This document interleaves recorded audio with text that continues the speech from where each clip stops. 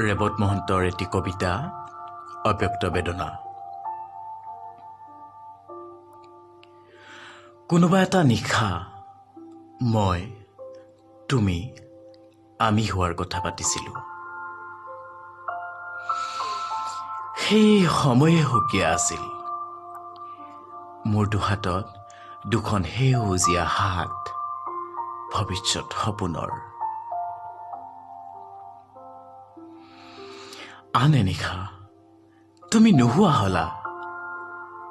ভালপোৱা হেৰুৱাই মানুহ বৰ অকলশৰীয়া।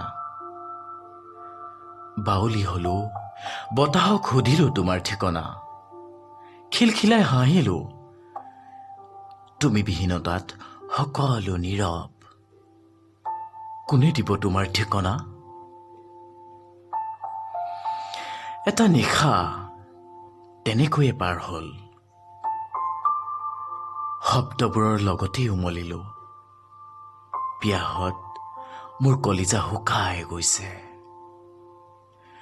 দুখ বিষাদৰ যিখন দেশত মোক এৰি গলা, যেন উশাহ লবলৈহে জীয়াই থাকিলো।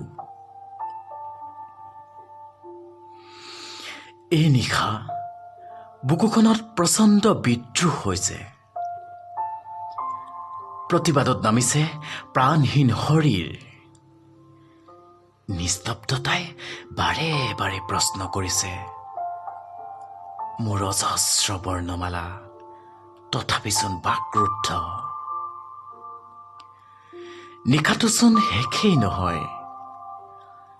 বিষণ্ণতাই বিৰাজ কৰিছে কোঠাটো। দুখে যেতিয়া কবিতা লিখে, নিশাবোৰ দীঘল যেন লাগে।